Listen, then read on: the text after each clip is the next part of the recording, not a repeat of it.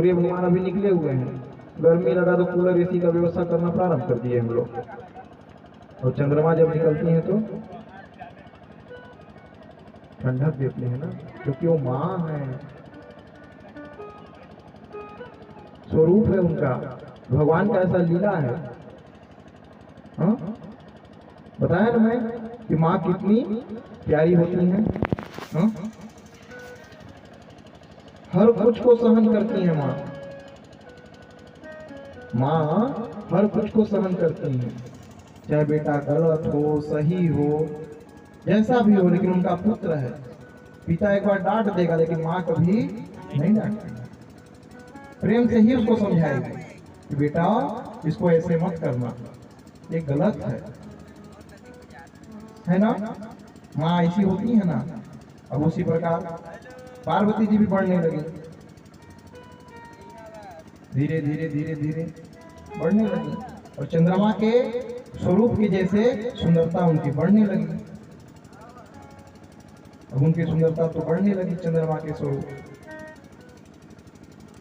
और पुत्र समुद्र थे वो तो बड़े हो गए थे।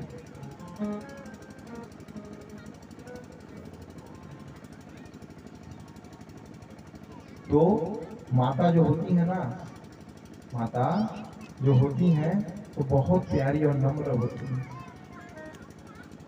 बहुत नम्र होती है। हर दुख हर तकलीफ हर पीड़ा को ऐसे समझती है ना, उनके अलावा और कोई नहीं समझ सकता। माँ तो माँ होती है ना।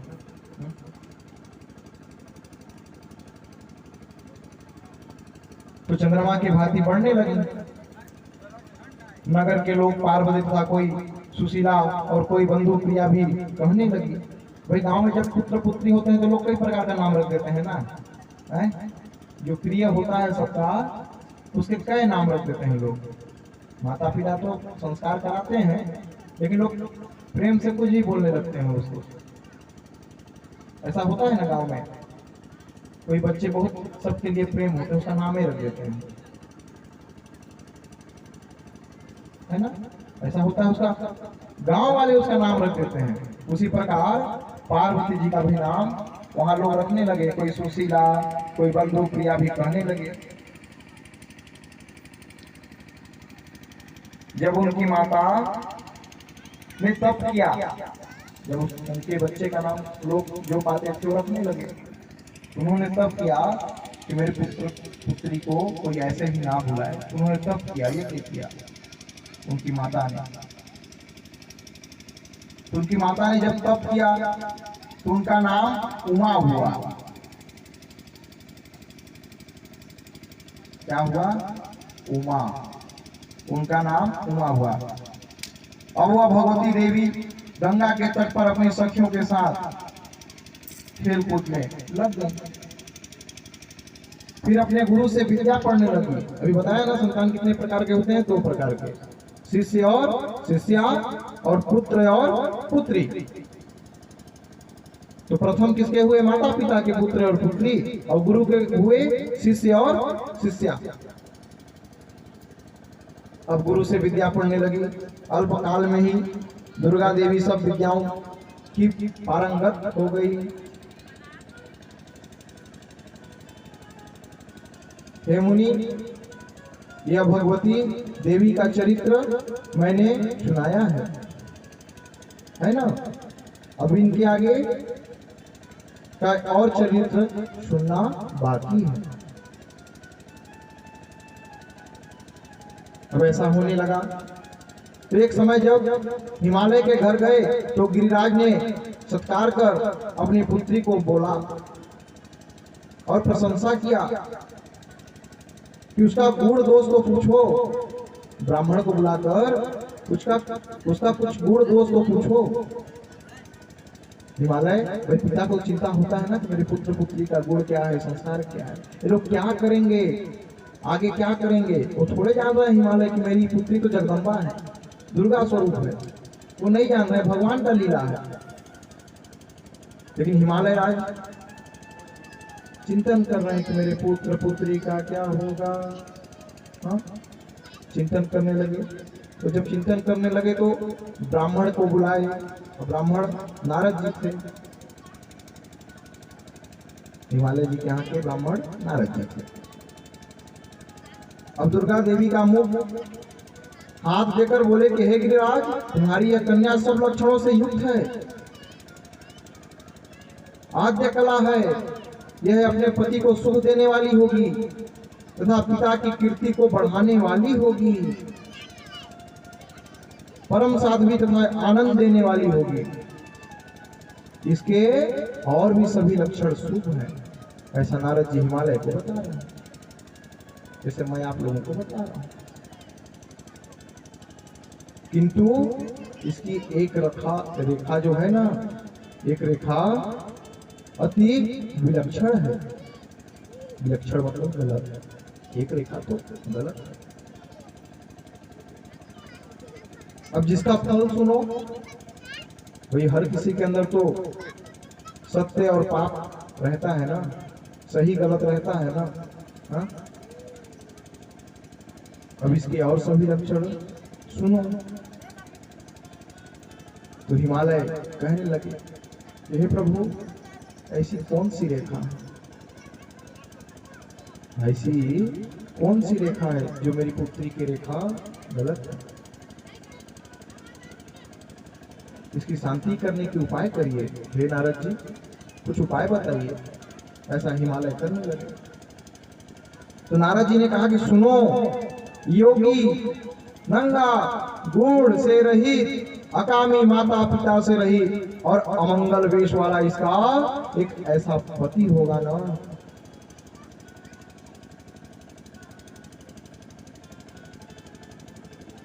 इसका एक पति होगा।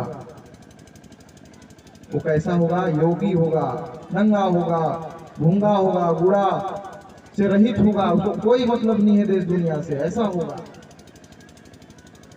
अकामी माता पिता से रहित और अमंगल वेश वाला इसका एक ऐसा पति होगा। अब हिमालय ऐसा वचन सुने, बहुत चिंतन करने लगे, बहुत ज्यादा चिंतन करने लगे। अब हिमालय कहने लगे, हे नारद जी, तुम्हारे इन वचनों ने ना हम दोनों पति पत्नी को बड़ा दुख दिया है। कभी कभी ब्राह्मण को बता देते हैं तो कभी ये प्रभु कैसे होगा, क्या होगा?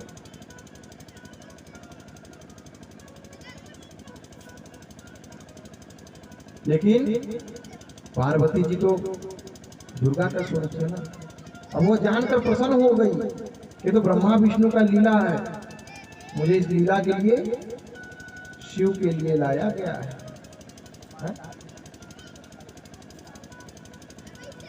भस्म लगाए बिना वस्त्र के तो भोले बाबा ही रह सकते हैं ना, कोई और रह सकता है क्या? बाकी सब तो नाना प्रकार के श्रृंगार में रहते हैं, आभूषण में रहते हैं, लेकिन भोले बाबा भुजंगधारी हैं, है ना। और शिव जी को जान करके बड़ी प्रसन्नता हुई पार्वती जी को, तो मेरे स्वामी तो शिव होंगे।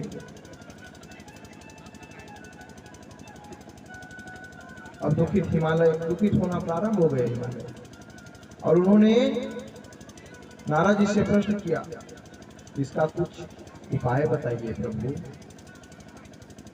इसका ना कुछ उपाय बताइए।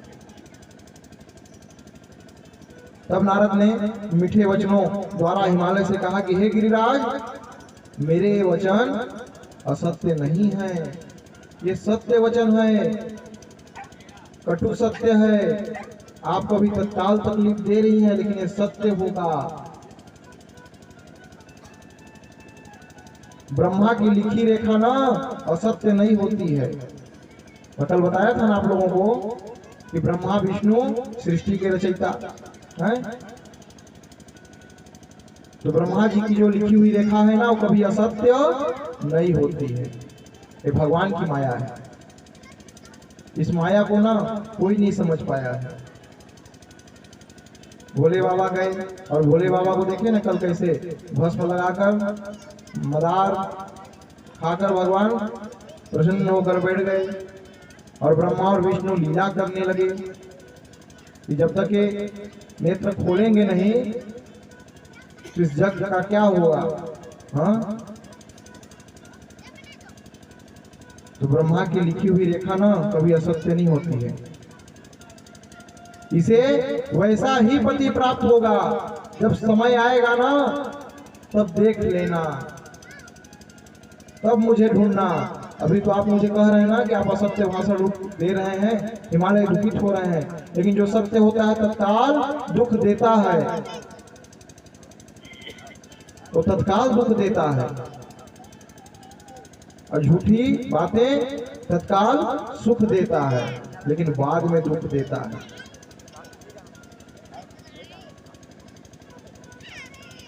अब क्या है, ब्राह्मण देव तो बता दिए जो सत्य था, लेकिन अब उसके उपाय बता रहे हैं।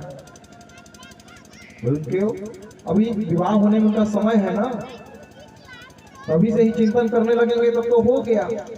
तो कुछ उपाय बताए। कहते हैं ना कि मन तन धन सब लग जाता है ना। जब आदमी का मन विचलित होता है तो तन मन धन सब लग जाता है। तो नारद जी सोचे कि अगर अभी से यह चिंतन करने लगेंगे तो आगे क्या होगा, इस गांव का क्या होगा, क्योंकि वो वहां के राजा थे ना, हिमालय और मैना वहां के राजा परिवार से थे। तब नारद जी कहते हैं कि मैं एक उपाय कहता हूं जिसके करने से सुख मिलेगा। अब उनको भ्रमित कर रहे हैं भगवान माया से कि हे गिरिराज, शिव जैसे ऐसे हैं कि उनमें कुलक्षण भी हैं और सुलक्षण भी हैं,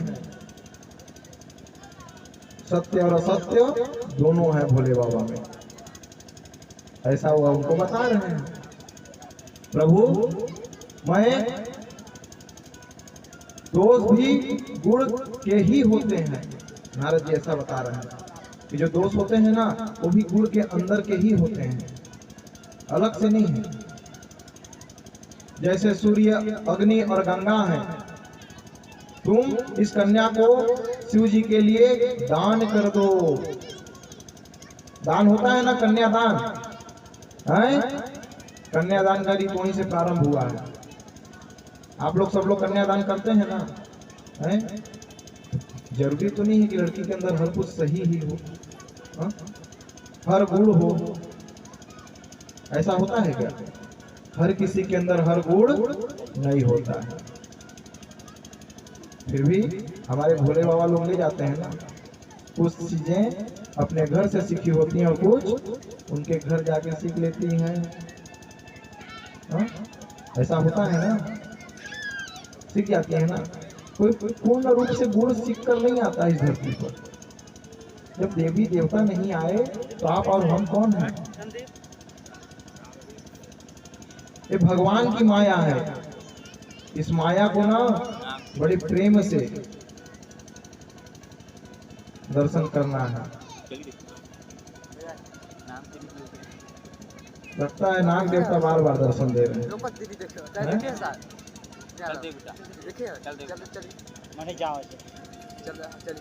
दिखाना स्टैंड दिखाना।